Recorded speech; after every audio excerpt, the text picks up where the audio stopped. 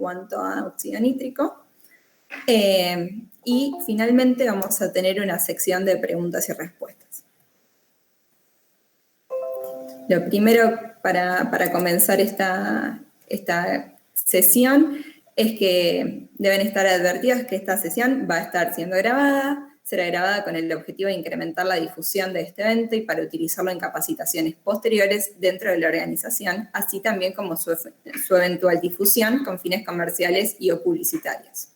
En caso de no querer ser grabados y participar en el evento solo como oyente, usted puede silenciar su micrófono y apagar el video de su cámara durante toda la sesión. La grabación del evento será almacenada en el disco virtual del organizador y la transmisión en vivo será realizada solamente dentro de la organización. Podrá requerir que se eliminen los datos de su participación enviando un correo al organizador del evento indicando su cambio sobre el consentimiento. Durante toda la presentación les pedimos entonces, por favor, silenciar su micrófono y apagar su cámara, a no ser que les indiquemos lo contrario. Para las preguntas y respuestas, vamos a destinar entre 15 y 20 minutos al finalizar la presentación. Para escribirlas, por favor, háganlo sobre el chat. La ventana del chat se encuentra en la esquina superior derecha y pueden escribirlas durante toda la disertación.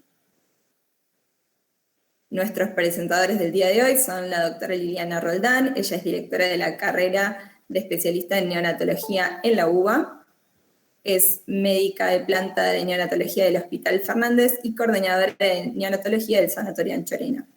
El doctor Roberto Silveira es coordinador de la Clínica del Niño de Quilmes y trabaja también en el Hospital Fernández como director médico del centro de la CAIPAR.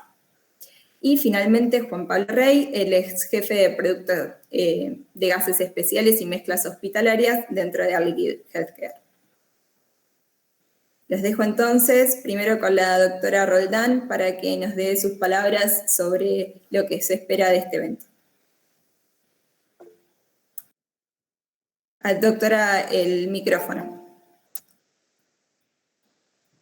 Buenas tardes a todos. Bueno, primero agradecer a la empresa por la invitación, por esta invitación, y a ustedes por la presencia.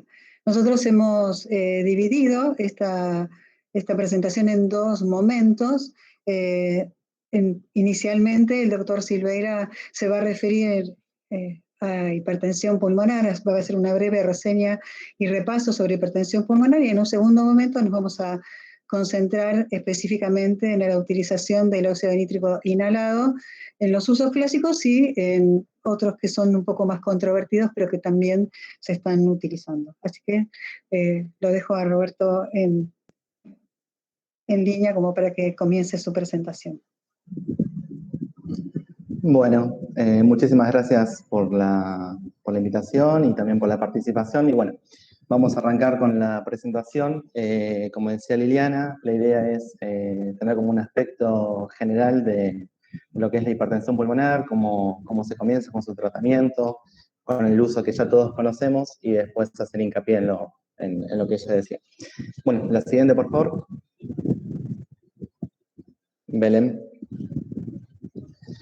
Básicamente, para comenzar a hablar de lo que es la hipertensión y cómo corresponde al nivel de lo que es la fisiopatología, es importantísimo saber cómo corresponde a nivel de lo que es la circulación fetal intrauterina, que esto básicamente es lo que conocemos todos, y a modo de repaso, sabemos que es una oxigenación, esa oxigenación va a depender siempre de la placenta. Toda esta circulación está conectada con todo un circuito como si fuese único, el circuito que muchos a veces llaman en serie, pero la realidad es que todo es uno.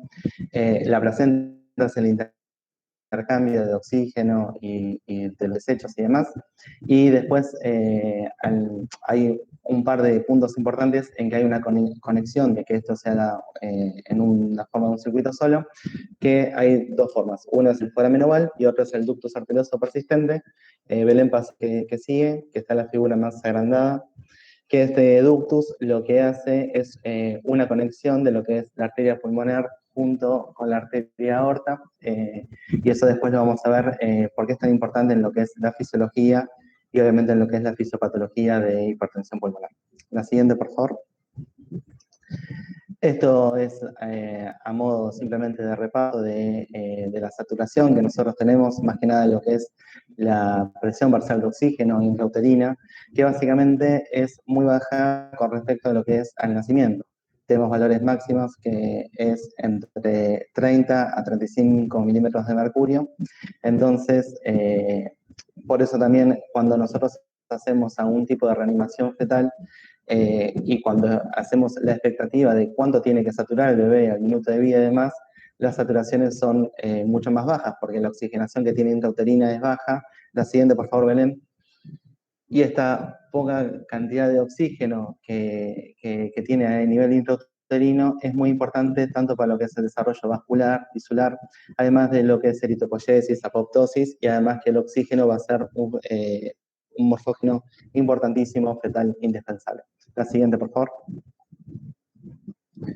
A nivel de lo que es la adaptación neonatal, básicamente lo que va a pasar es esta circulación, que era única, va a pasar a ser como si fuese dos circulaciones, una derecha que estaría encargada de lo que sería la circulación, y una izquierda una derecha que es de la oxigenación, y una izquierda que corresponde a la distribución de esa sangre oxigenada al resto del cuerpo. Otra de las cosas que van a pasar es que básicamente el bebé cuando nace tiene los pulmones llenos de líquido amniótico y a medida de que va respirando se va reabsorbiendo ese líquido y lo va a empezar a reemplazarlo por aire y que va a empezar a respirar como ya todo el mundo conocemos. La siguiente, por favor. Entonces, como definición, va a haber un fallo en la adaptación durante la transición fetal neonatal. Entonces, lo que va a haber, que está bueno también resaltarlo, que dentro de la circulación fetal, solamente el 10% de lo que es de la volemia intrauterina va a ir a los pulmones, es simplemente algo trófico. Entonces, lo que vamos a tener son unos vasos con una resistencia aumentada, y a medida de que el bebé nace, empieza a respirar y empieza a ingresar oxígeno al organismo mediante su respiración, esa PO2 lo que va a hacer es, va a empezar a vasodilatar esos vasos pulmonares, va a bajar la resistencia pulmonar y de ahí vamos a tener una adecuada oxigenación. Si esto no sucede de una manera efectiva, estas resistencias vasculares pulmonares van a quedar elevadas y a partir de ahí va a generar una alteración en la oxigenación de la sangre, llevando a una hipoxemia persistente y a ir a la patología de hipertensión pulmonar. La siguiente, por favor. Básicamente, cuando hablamos de hipertensión pulmonar severa, tenemos que hablar de una incidencia de 2 a 6 entre 1000 nacidos vivos de término o de casi pretérmino. El 10% de los síntomas respiratorios se pueden complicar en una hipertensión pulmonar y la mortalidad ya instalada es entre un 8 a un 10%. La siguiente, por favor. Las características que cuando se instala este fenómeno o esta fisiopatología, va a tener una elevada resistencia vascular pulmonar, un remodelado de la capa muscular lisa de los vasos sanguíneos, una disminución de la angiogénesis vasculares pulmonares y también va a haber un desarrollo muscular anómalo intracinar, que eso va a complicar también la patología. La siguiente, por favor. Como clasificación, hay varios tipos de clasificaciones. Me pareció didáctico hacerlo de dos maneras. Uno que es idiopática, que básicamente es un fenómeno que viene intrínseco, que es el 20% de los casos, y cuando es los pulmones bien negros, que están llenos de aire, y lo que va a faltar es que no se ve en la placa de tórax y demás, lo que es la vascularización, cómo llega a esos pulmones, que eso después lo vamos a ver con imágenes. Y la secundaria es cuando hay una patología que por alguna razón me impide una adecuada oxigenación o una adecuada entrada de oxígeno al organismo, ya sea mediante un SALAM, una neumonía, un síndrome de estrés respiratorio o lo que es algún tipo de asfixia. La siguiente, por favor. Otro tipo de clasificación que también me parece que ya se mete un poco en lo que es la fisiopatología, que son vasos pulmonares que están normales, pero por una causa secundaria quedan contraídos, como las causas que estuvimos mencionando recién. Unos vasos pulmonares anormales que van a ser caracterizados por una hipertrofia de la célula muscular lisa, y esta es la que se conoce como la primaria o idiopática. Y después hay otro tipo que es un grupo que también vamos a hablar, que es una vascularización hipoplásica que puede sufrir en lo que es una pacientes displásicos. La siguiente, por favor. La siguiente, por favor. Esto es básicamente números que reflejan cómo son las presiones intrauterinas pulmonares y qué es lo que va pasando con el flujo sanguíneo. Y vean cómo de la presión de la arteria pulmonar, de lo que es fetal, cómo baja a la mitad cuando es un recién nacido, que ya es extrauterinamente. Cómo también aumenta el flujo sanguíneo de lo que es el feto, el recién nacido en comparación con el feto. Y también lo que pasa con la resistencia vascular, cómo desciende desde lo que es el feto hacia un recién nacido. La siguiente, por favor. Entonces, cuando uno está hablando de clínica y diagnóstico de lo que es un bebé con hipertensión pulmonar, va a tener un síndrome de distrés progresivo, obviamente esto va a generar una hipoxemia y la cianosis secundaria. Después va a haber una diferencia entre lo que es la saturación pre y postductal en unos 10 puntos, que ahora vamos a ver bien por qué. Hay una diferencia en lo que es la PO2 del 20% entre lo que es la pre y postductal. Va a estar muy labial los estímulos. Radiológicamente vamos a ver en general o unos pulmones negros o vamos a ver o una causa secundaria que me produzca esta hipertensión pulmonar. Y el ecocardiograma es el gold estándar de su diagnóstico. La siguiente, por favor. Esto es un esquema bastante básico, pero la idea de este esquema es explicar un poco lo que es la fisiología, cómo intercede, cómo se comporta fisiopatológicamente y también algunas opciones de tratamiento que podemos llegar a tener.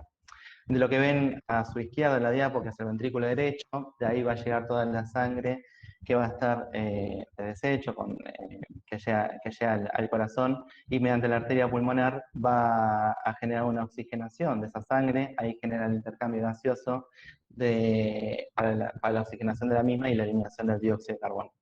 Mediante las venas pulmonares, vamos ya estando al lado derecho de la diapositiva, va a llegar la sangre oxigenada al ventrículo izquierdo y ahí a partir de lo que es la aorta va a distribuir la sangre hacia todo el organismo. Recuerden que como fisiología, nosotros dentro de los bebés, dentro del útero, tienen lo que es el ductus, que permanece abierto después del nacimiento, que es lo que intenta representar esa flecha verde, que es la comunicación entre lo que es la arteria pulmonar junto a lo que es la aorta. Y ahí lo podemos dividir en lo que es saturación preductal y la saturación postductal. La siguiente, Belén. ¿Qué es lo que va pasando y cómo voy a tener yo como objetivo de tratamiento? Bueno, el primer objetivo es ahí donde está ese signo tachado, en lo que son las arterias pulmonares, ¿qué es lo que va a pasar? Como el bebé no tiene una buena adaptación y por algún motivo no logra una adecuada oxigenación, eso lo que va a generar es una ausencia de relajación de las arterias pulmonares o no se relajan lo que se deberían relajar. Entonces ahí cuando la sangre quiere oxigenarse a nivel pulmonar, no llega adecuadamente el flujo sanguíneo que debería llegar. Entonces, como uno de mis objetivos de tratamiento que voy a tener es intentar bajar estas presiones pulmonares. Entonces, la siguiente, Belén. Lo que va a pasar con esto y como objetivo, como estas presiones pulmonares no bajan, lo que va a pasar es que parte de la sangre sí va a llegar a los pulmones, pero la parte de la sangre que tiene ya los pulmones y por esta hipertensión pulmonar va a ser un shunt que va a ser de derecha a izquierda. Entonces, mediante lo que es el ductus, ahí está representado con lo que es la flecha rosa, va a ir sangre que no va a estar oxigenada y va a ir hacia la circulación sistémica. Es por eso cuando yo evalúo la circulación preductal ante la postductal, va a haber sangre que va a venir directamente mezclada, entonces cuando yo de repente hago la diferencia entre esas dos, por eso va a haber una diferencia entre lo que es la PO2 y entre lo que es la saturación. ¿Qué puedo llegar a hacer yo como tratamiento para bajar las resistencias pulmonares? Bueno, el oxígeno es el principal vasodilatador pulmonar que va a permitir la relajación. Es muy importante que para la relajación de los vasos pulmonares, además de que puedo generar terapias más avanzadas y demás, es que tener un pulmón bien reclutado, que tenga una buena oxigenación y de esa manera optimizar el tratamiento. El tratamiento electivo de esto es el óxido nítrico, básicamente porque es un vasodilatador pulmonar selectivo. Muchas veces en las terapias no se encuentran, actualmente sigue pasando eso, y usan otros vasodilatadores, como puede ya ser el sildenafil o la mirrinona, que la desventaja que tienen es que no son vasodilatadores pulmonares selectivos, sino que son sistémicos. Entonces, si bien tengo el beneficio que me puede bajar un poco la resistencia pulmonar, me puede generar una hipotensión en el paciente. Seguimos. Y otra de las cosas importantes que nosotros tenemos que hacer, si bien lo fundamental para que esta patología se vaya resolviendo es bajar las presiones pulmonares, otra de las cosas es un adecuado manejo hemodinámico. ¿Por qué? Porque lo que va a pasar es la sangre va a ir el flujo de sangre va a ir con la diferencia de presión. Entonces, si yo tengo en las arterias pulmonares, a nivel de lo que es la musculatura pulmonar, una hipertensión pulmonar, va a juntar la sangre derecha a izquierda. Entonces, si yo le genero un adecuado sostén hemodinámico al paciente, ya sea con inotrópicos y demás, lo que va a generar es, al aumentar la presión, va a disminuir esa diferencia de presión y muchas veces puedo tener la presión por encima de lo que es la presión pulmonar y eso va a hacer de que este shunt, por diferencia de presión aunque sea, va a ser mucho menor. Obviamente, lo importante es generar la vasodilatación pulmonar, pero también un buen soporte hemodinámico me ayudaría y mucho en estos momentos. La siguiente, por favor. Estos son radiologías, que es lo que les decía, que son placas negras, que no se observa demasiada la circulación a nivel pulmonar, pero sí se observan los pulmones bien negros. La siguiente, por favor. Estas van a ser causas de hipertensión pulmonar secundaria. La que estamos viendo en la imagen es secundaria a una hernia diafragmática. La siguiente, por favor. Puede ser esta que puede ya ser un salam. La siguiente, por favor. Y esta imagen es de una neumonía conatal. La siguiente, por favor. Habíamos dicho que uno de los diagnósticos, el diagnóstico, el gol estándar para diagnosticar esto es el ecocardiograma.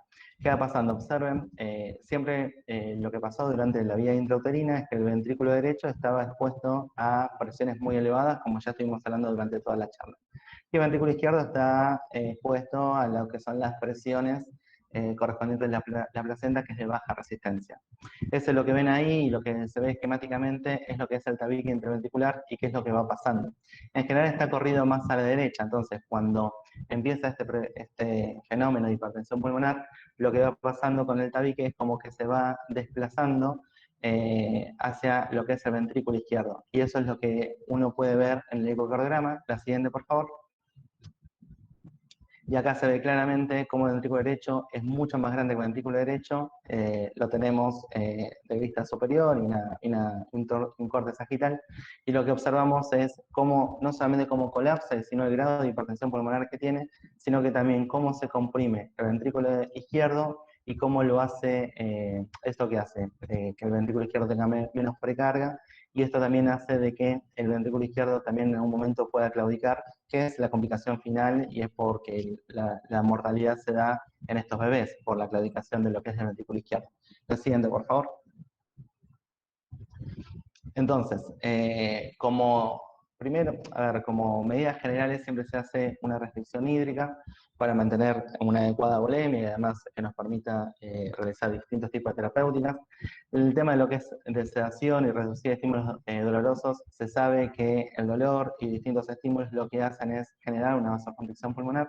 Siempre tenemos que tener un control adecuado de la glucemia y temperatura por esto mismo también.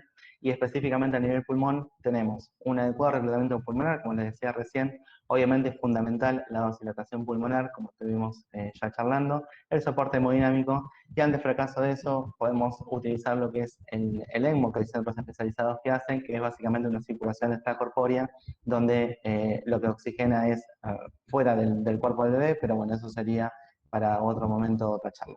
La siguiente, por favor. Desde hace mucho ya se sabe de que todo lo que genera un aumento de resistencia vascular pulmonar, y es como pasa en el feto, la baja de pH, la baja de PO2, el aumento de CO2 y el aumento de citoquinas proinflamatorias como leucotrienos aumentan esa resistencia. A medida de que el bebé va naciendo y genera una distensión alveolar, y eso me genera una adecuada alveolización y oxigenación, aumenta la PO2, aumenta la oxigenación, aumenta el pH, baja la CO2, aumentan todos lo que son las citoquinas antiinflamatorias como el óxido nítrico endógeno y las prostaciclinas, y eso hace que bajen las resistencias vasculares pulmonares. La siguiente, por favor. A partir de todo esto se había hablado, antiguamente se trataban con hiperventilación, ventilación gentil, alcalinización, vaciadores endovenosos, surfactantes. Y de todo esto, lo único que está probado de que sirve realmente para la mejora de hipertensión pulmonar es el óxido nítrico y la circulación extracorpórea como es el ECMO. Bueno, ahora le voy a dar paso a la doctora Liliana Roldán, que va a profundizar lo que es el óxido nítrico, su mecanismo de acción, y también de las poblaciones que todavía no están tan estudiadas como para ver si se puede usar o no. Muchas gracias.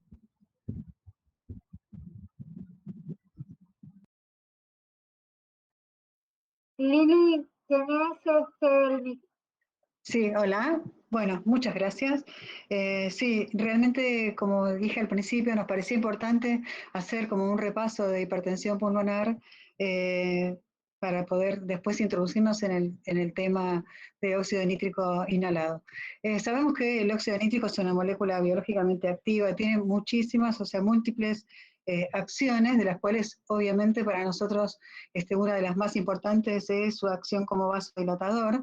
Pero también tiene otras acciones que son muy importantes en la regulación de la maduración de los vasos. El óxido nítrico endógeno lo que va a producir es una reducción, una modificación de las capas musculares, y eso hace, digamos, que este pulmón se prepare para el momento, digamos, del nacimiento y que su reactividad vaya disminuyendo, justamente por este reemplazo de las células musculares que se produce a nivel intracinar y en los capilares pulmonares.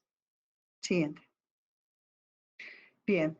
Además tiene un efecto antiinflamatorio, reduce el pasaje, digamos, de albúmina hacia los espacios alveolares, modifica la otra estructura, como dije, de las fibras musculares, y esta remodelación vascular va a tener una gran importancia, sobre todo cuando intraútero ocurren algunas situaciones que tienen que ver con disminución o alteración disminución de la circulación por alteración de la placenta o hipoxemias importantes. Siguiente. Bien, así como el óxido nítrico endógeno, digamos, tiene todas estas funciones, el óxido nítrico inhalado, su función predominante, digamos, es de producir vasodilatación a nivel de los capilares pulmonares. Al ingresar por la vía respiratoria, digamos, este óxido nítrico difunde desde el alvéolo hacia los capilares y produce una vasodilatación localizada que está circunscripta, digamos, a la circulación pulmonar, dado que una vez que ingresa al vaso, tiene esta unión, digamos, con la hemoglobina y rápidamente se degrada. Esto es lo que hace que sea, como sabemos, digamos, un vasodilatador específico, digamos, de acción específica en el pulmón. O sea, selectivo. Bien. Todos conocemos el uso clásico de el óxido nítrico inhalado como tratamiento, digamos, de niños de 34 semanas o más que tengan insuficiencia respiratoria hipoxémica asociada con evidencia de hipertensión pulmonar, ya sea clínica o ecocardiográfica.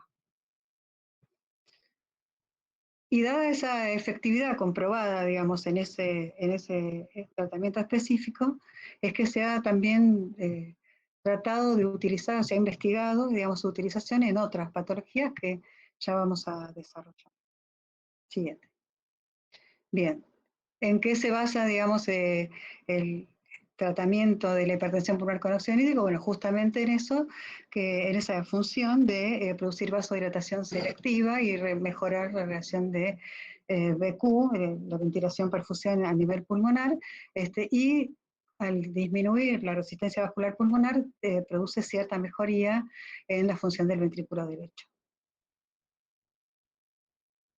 Bien. Desde hace muchos años se han hecho distintos metaanálisis que refuerzan, digamos, estos conceptos que tienen que ver con que la utilización de óxido nítrico en estos niños con insuficiencia respiratoria hipoxémica va a disminuir la posibilidad de muerte o de su ingreso a ECMO.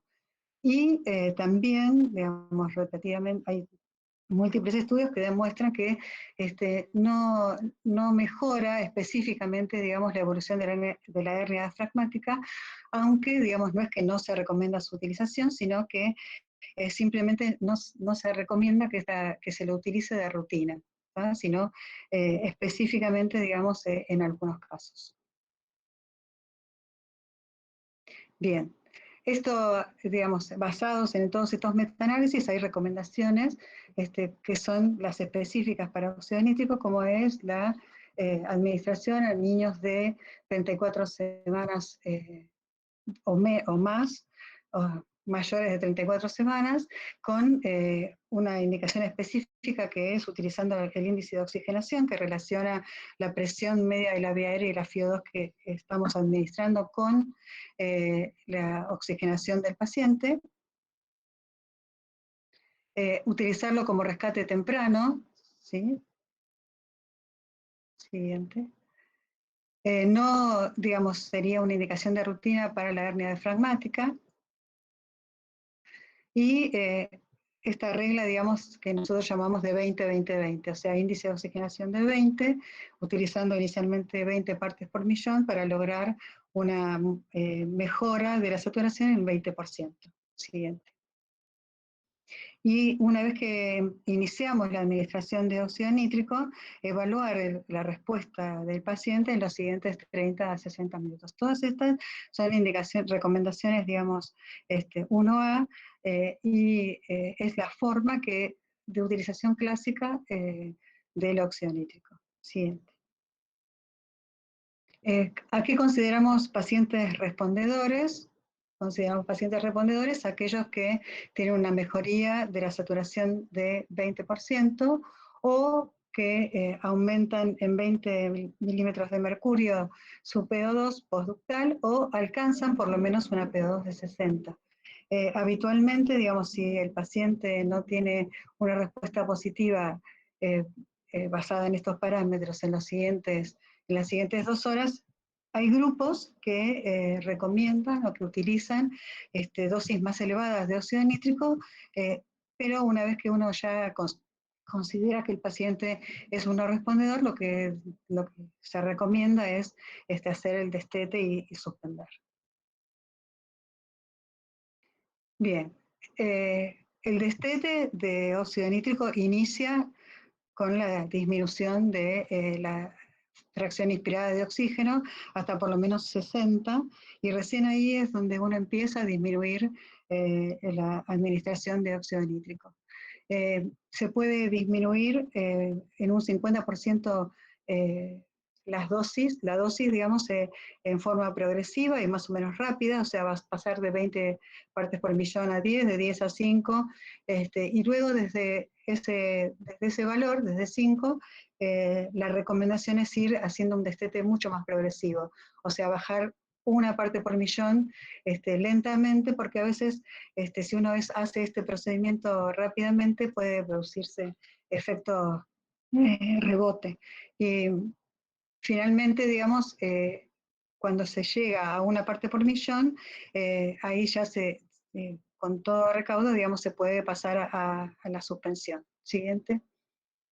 Lo que se ha visto es que cuando uno suspende, digamos, la administración de óxido nítrico, o sea, si se ve claramente los cambios en la PO2 y en la presión pulmonar, cuando uno suspende el óxido nítrico es donde se puede producir el mayor rebote. Por eso es que esta suspensión, digamos, debe ser medida en horarios prudentes, porque uno sabe que al administrar óxido nítrico inhalado, lo que sucede es que hay una inhibición de la síntesis del óxido nítrico endógeno, y entonces esto es lo que hace que pueda, al suspenderse, tener este efecto rebote.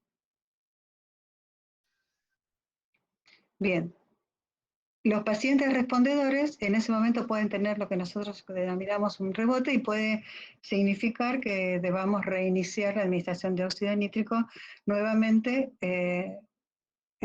en un periodo inmediato, digamos, a la suspensión.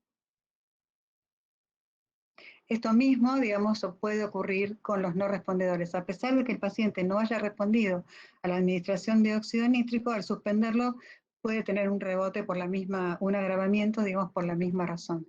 Así que la suspensión en los pacientes no respondedores debe hacerse con la misma dinámica que lo hacemos en los pacientes que sí respondieron. Bien. Por supuesto, digamos, la administración tiene que hacerse con sistemas aprobados, y después va a haber como una presentación que va a hacer Juan Pablo sobre el tema de cuáles son los equipos, digamos, que se utilizan para la administración de óxido nítrico. Todos deben contar con un módulo inyector y debemos medir, digamos, la cantidad en partes por millón que estamos administrando, de igual manera que la FiO2 que está recibiendo el paciente y este componente que es el dióxido nitroso, que se puede formar a partir de la unión del óxido nítrico con el oxígeno, que debe ser monitorizado porque puede, si se eleva, puede llegar a valores tóxicos y ser dañino. Bien, como dije entonces, dada la eficacia que ha tenido, digamos, en pacientes con hipertensión pulmonar, se exploró la utilización de óxido nítrico en otras alteraciones neonatales que también pueden estar asociadas a hipertensión pulmonar.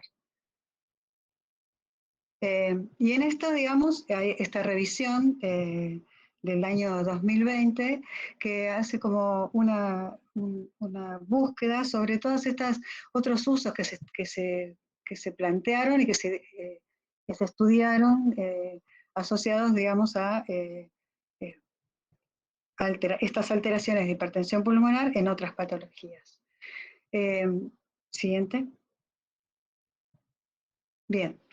Se ha utilizado óxido nítrico en la prevención o con la hipótesis, digamos, de prevención de la displasia broncopulmonar. Y hay varios estudios preclínicos que daban como la justificación para que este uso, digamos, fuera evaluado. Lo que se vio también, digamos, en estos estudios preclínicos es que el óxido nítrico produce una mejora en la oxigenación y en la resistencia vascular pulmonar y baja la inflamación, porque todas estas acciones son evidentes, digamos, en esta molécula. Siguiente. Sin embargo, los estudios que se han hecho en bebés prematuros no apoyan la utilización del óxido nítrico en la prevención de la displasia broncopulmonar. Estos estudios, digamos, se han utilizado en distintos momentos. Hay un grupo de ellos, se realizó la administración de óxido nítrico en niños menores de 3 días, y el otro grupo, digamos, lo que se considera la utilización tardía es desde los 4 días en adelante, y sobre todo en pacientes que persisten ventilados entre los 7 y los 21 días. Estos estudios, como digo, los resultados de estos estudios no dieron que hubiera una disminución de la displasia broncopulmonar en este grupo de pacientes. Siguiente. Sin embargo, digamos, si uno los mira más profundamente, lo que vemos es que la edad de administración era muy diferente, la gravedad de la enfermedad en el momento de que los pacientes eran aleatorizados también, había una gran dispersión entre las dosis que se consideraban máximas, la duración del óxido nítrico, lo que se definió como respuesta al uso, digamos, la respuesta a la terapéutica, y también de diferencias en el destete. Esto es una de las razones por las que se piensa que es probable que estos estudios no hayan dado favorablemente, porque, bueno, realmente son demasiado heterogéneos. Y esta es la razón por la que aún no se recomienda, digamos, la utilización del óxido nítrico en la displasia broncopulmonar. Siguiente. Entonces, la pregunta, digamos, es ¿por qué, sin embargo, digamos, si bien no se recomienda ni en forma tardía ni en forma precoz, o sea, en esos pacientes que tienen menos de 3 días y que están en agudo, hipoxémicos y demás, por qué, a pesar de que no hay una recomendación de utilización de óxido nítrico en esos pacientes, se sigue utilizando en la práctica? Esto es lo que se ve a nivel mundial, es que se sigue utilizando óxido nítrico en esos pacientes, sobre todo, digamos, en estas insuficiencias hipoxémicas de los pacientes prematuros prematuros menores de 34 semanas, y no solo se sigue utilizando, sino que está increyendo, digamos, que cada vez es más frecuente esta utilización. Bien, algunas de las, no, antes, algunas de las respuestas, algunas de las hipótesis, digamos, para responder esta pregunta de que por qué se utiliza y además se utiliza cada vez más, es que, bueno, así como antiguamente se pensaba que estos niños pequeños no podían presentar hipertensión pulmonar porque la reactividad de los vasos no era tan importante, cada vez es más reconocido que sí, que hay, que sí se ve que se puede presentar, digamos, hipertensión pulmonar en los niños prematuros, ahora en los más pequeños. Que en la insuficiencia respiratoria, digamos, hay una alteración de la ventilación-perfusión que sabemos que puede ser remediada por el uso de óxido nítrico, y este ayuno intrapulmonar puede mejorar. Y además, es lo que esto, digamos, permite o sugiere que podríamos seguir investigando, digamos, si es posible utilizar el óxido nítrico en estos pacientes más pequeños, buscando esta respuesta terapéutica. Siguiente. Bien. Y sobre todo, porque en estos recién nacidos profundamente hipoxémicos, no hay, que ya hemos optimizado todo el resto de los planteos terapéuticos que se mencionaron previamente, no tendríamos otras opciones terapéuticas seguras para su mejoría. Y entonces esto, basándose en la experiencia previa y pensando, digamos, en estas justificaciones fisiológicas y que es plausible que el óxido nítrico pueda dar algún tipo de respuesta, es que en la práctica, digamos, sí se administra a estos pacientes menores de 34 semanas hipoxémicos óxido nítrico inhalado buscando una respuesta terapéutica. Siguiente. Bien, y de hecho, digamos, estas mismas, porque digamos, estas recomendaciones o estas planteos, digamos, realizados por el NIH o la Academia Americana de Pediatría, y los distintos grupos que estudian hipertensión pulmonar, es que si bien no es una recomendación, digamos, sugieren que sería como interesante o que sería posible utilizar óxido nítrico de estos niños, como digo, menores de 34 semanas, y sobre todo en aquellos, digamos, que ya hemos agotado otras instancias terapéuticas, por un lado, que tienen o que uno sospecha que podrían tener hipoplasia pulmonar, o el antecedente de rotura prolongada de membranas o oligoamios severos, pensando o sea, con el mismo criterio, digamos, ¿no? Pensando que estos niños podrían tener cierta hiperactividad vascular que se vería beneficiada del uso de óxido nítrico. Siguiente.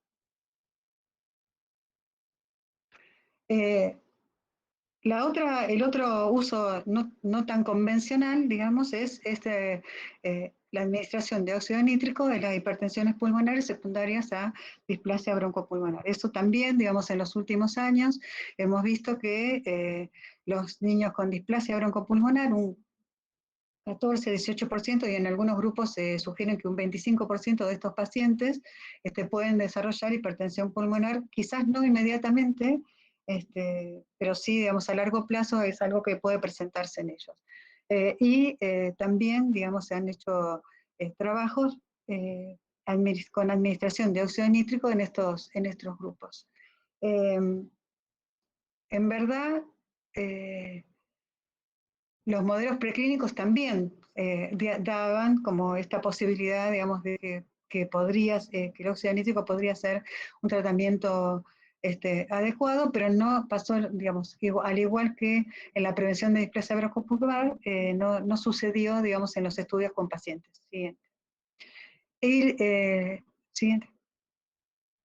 Y los grupos, digamos, que lo utilizan, digamos, esta utilización está basada simplemente en la opinión de expertos y informes de resultados en pacientes, pero sí, digamos, como digo, tampoco es una recomendación, pero sí hay una sugerencia de que uno podría probar, digamos, la utilización de óxido nítrico en estos niños, sobre todo, digamos, una vez que se ha optimizado el soporte ventilatorio, digamos, y lo que sugieren firmemente es la evaluación a través de eco o eventual cateterismo cardíaco de la función cardíaca. Eso sería como muy importante antes de iniciar la administración de óxido nítrico, para descartar sobre todo disfunciones del ventrículo izquierdo, estenosis de la vena pulmonar o aún peor, digamos, enfermedades venoclusivas a nivel pulmonar. Siguiente. Y por último, digamos, como desde hace muchos años se utiliza la administración de óxido nítrico en la hernia diafragmática, simplemente es que, digamos, la recomendación sería no la utilización de rutina, sino, digamos, porque no ha demostrado, digamos, que disminuya la mortalidad de este grupo de pacientes, pero sí, pacientes individuales pueden tener algún tipo de respuesta con vasodilatación a nivel pulmonar.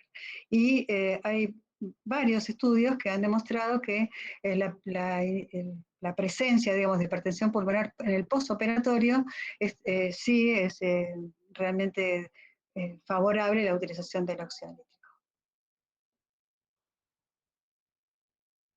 Bien, entonces como conclusión, digamos, sabemos que el óxido nítrico es un potente, una molécula, digamos, con una potente acción y útil en la terapéutica de la hipertensión pulmonar.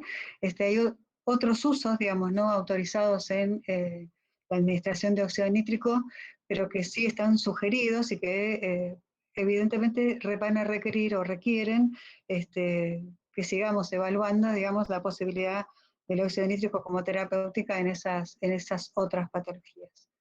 Y que obviamente, digamos, van a ser motivo de próximos estudios. Le paso a Juan.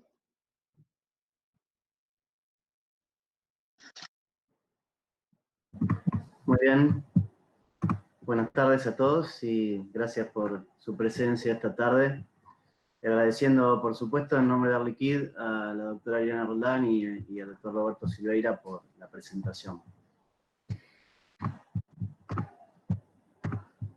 Air Liquide es Healthcare, soy una compañía dedicada a proveer soluciones en salud, con un amplio portfolio de servicios que van desde el hospital al domicilio del paciente, con servicios como el de oxigenoterapia, ventilación, entre otros tipos de servicios ambulatorios.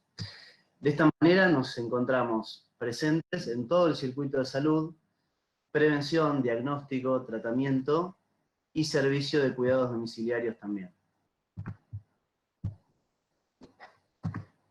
A esta gama de productos amplia que tenemos le llamamos oferta global, con productos medicinales como el oxígeno líquido y gaseoso, las instalaciones de redes de gases, equipos de quirófano, respiradores y una amplia gama de gases especiales medicinales, entre ellos el óxido nítrico que llamamos Quinox.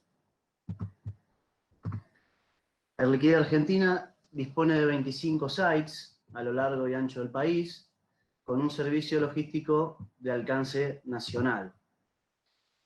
Desde su lanzamiento en 2013, Quinox ha focalizado en desarrollar nuevos usuarios, alcanzando las necesidades de la comunidad médica.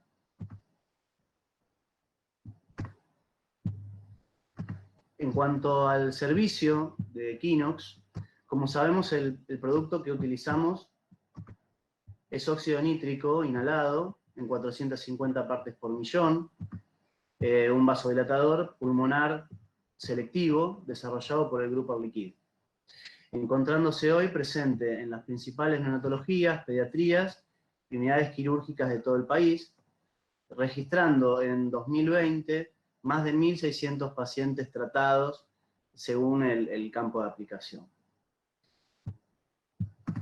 Quinox se diferencia por contar con un servicio premium, el cual vamos a ver ahora en un minutito en el extracto de este video.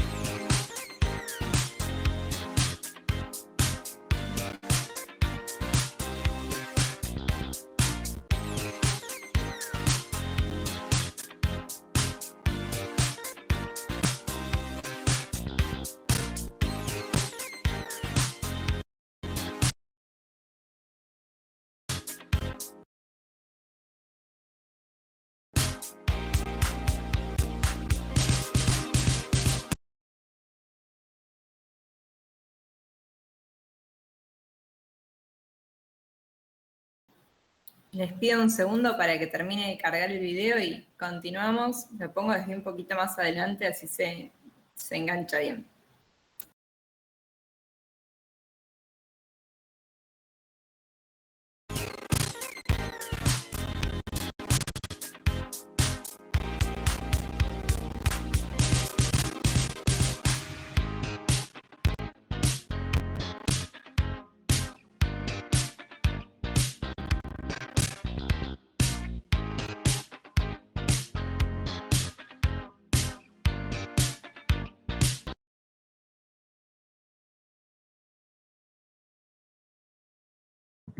Muy bien. Y ahí pasamos al último punto, que es la tecnología. Referente a lo que es tecnología, contamos con diferentes soluciones según complejidad, las cuales se caracterizan por ser versátiles y de fácil aplicación a cualquier sistema de ventilación.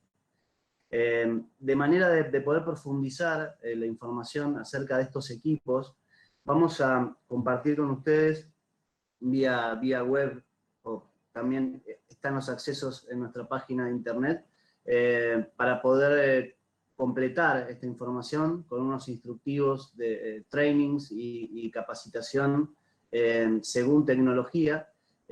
Así que bueno, seguramente los estaremos compartiendo vía mail y a través de nuestra página para completar todo lo que es capacitación y training específico de cada tecnología para mayor información.